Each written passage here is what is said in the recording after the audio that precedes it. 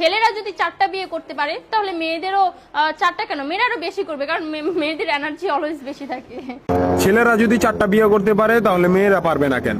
অবশ্যই পারবে, কারণ নারী পুরুষ সমান অধিকার। আর যদি একটা কথাই চিন্তা করি তাহলে মেয়েদের চেন কোনো কাজে লাগে না, চেন খুলে মুতার অধিকার তো তাদেরও আছে। মালে আসেন, একটা চাবি দিয়া যদি 4টা তালা খোলা যায় ওটাকে বলা হয় মাস্টার কি, আর একটা তালা যদি 4টা চাবিতেই খুলে সেটাকে বলা হয় খাঙ্কি।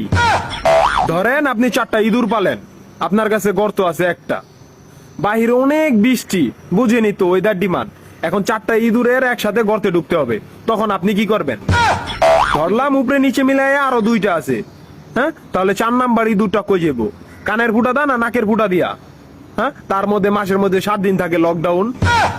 আমি মানি, আমি না শুধু সবাই মানে মেয়েদের অনেক পাওয়ার, মেয়েদের অনেক এনার্জি। তাহলে দেশের মধ্যে ঘন ঘন লোডশেডিং হয় কেন? আমার মাথায় কোনোভাবেই ঢোকে না। একটা ছেলে যদি 4টা বিয়ে করে, 4টা ঘরে যদি 10টা সন্তান থাকে, তারপরে বাপের নামে একটাই থাকবো।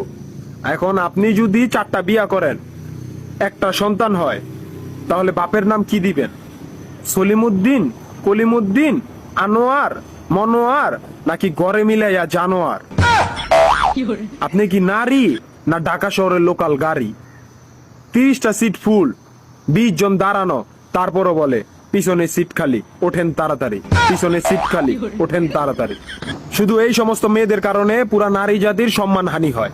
আমাদের উচিত সিটি কর্পোরেশনের কুত্তা মারার ইঞ্জেকশন দিয়া এদেরকে মেরে ফেলা, যাতে এদের জন্য অন্য কোনো মেয়েদের কেউ খারাপ নজরে না দেখে।